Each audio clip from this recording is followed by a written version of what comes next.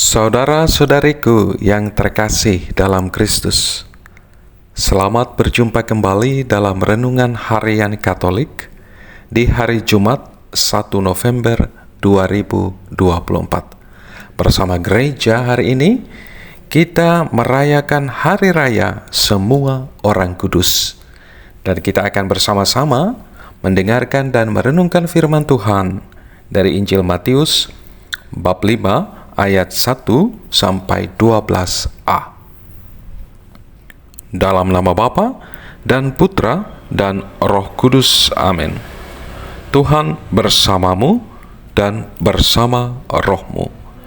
Inilah Injil Tuhan kita Yesus Kristus menurut Matius. Dimuliakanlah Tuhan.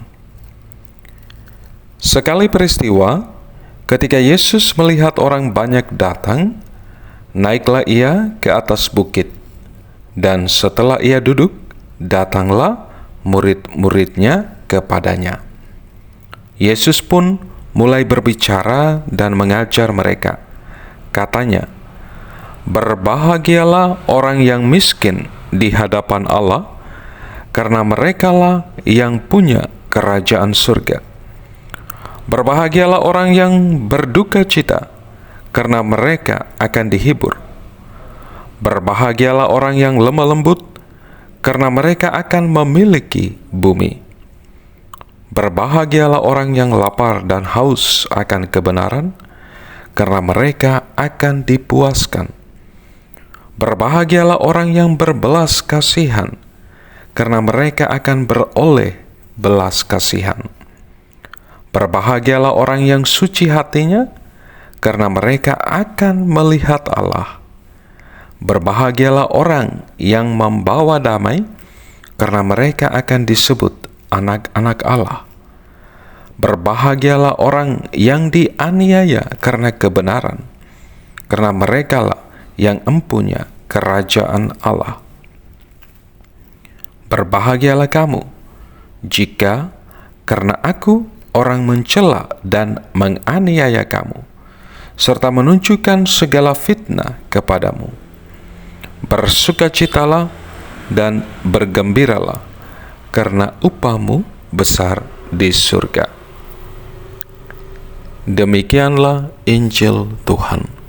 Terpujilah Kristus. Saudara-saudariku yang terkasih dalam Kristus, bersama gereja, hari ini kita merayakan Hari Raya Semua Orang Kudus. Hari raya ini diadakan untuk menghormati para kudus, baik mereka yang sudah diakui secara resmi oleh gereja maupun yang belum, baik yang kita kenal maupun yang tidak kita kenal. Perayaan ini dilandasi oleh keyakinan bahwa adanya ikatan spiritual yang kuat antara anggota gereja yang sudah berbahagia di surga dan kita sekalian yang masih berjuang di dunia ini.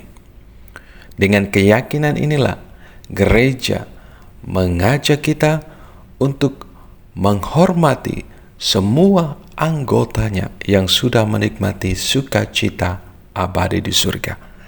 Mereka yang telah memelihara dan menghayati imannya dengan baik ketika mereka masih hidup dan berkarya di tengah dunia ini. Saudara-saudariku yang terkasih dalam Kristus, perayaan Hari Raya Semua Orang Kudus juga mengajak kita sekalian, umat beriman, untuk memandang jauh ke depan, bahwa pada akhirnya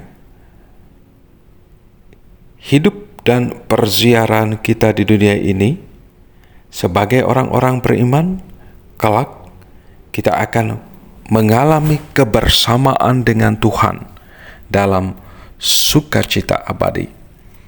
Rasul Paulus dalam bacaan kedua hari ini menyebutkan bahwa mereka sebagai orang-orang yang sepanjang hidupnya mengimani Tuhan, mengharapkan belas kasih Tuhan, dan mencapai kepenuhan hidup sebagai anak-anak Allah.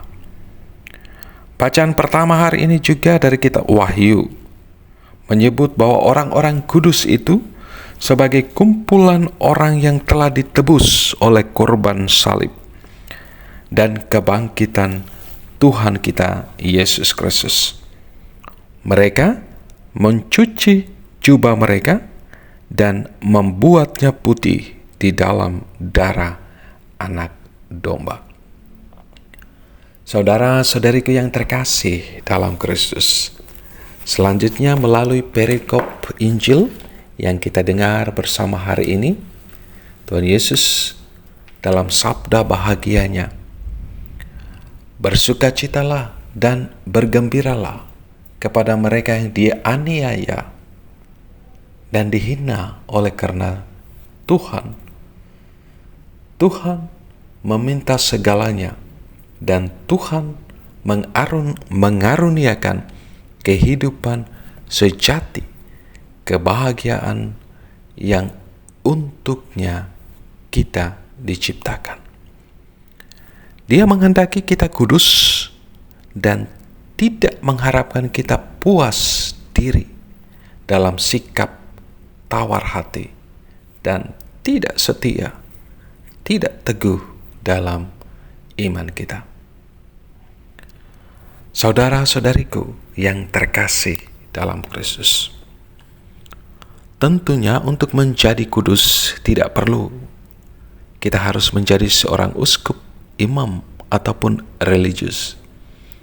Kekudusan juga bukan hanya diperuntukkan bagi mereka yang dapat menjaga jarak dari pekerjaan biasa sehari-hari dan mencurahkan waktu lebih banyak untuk berdoa.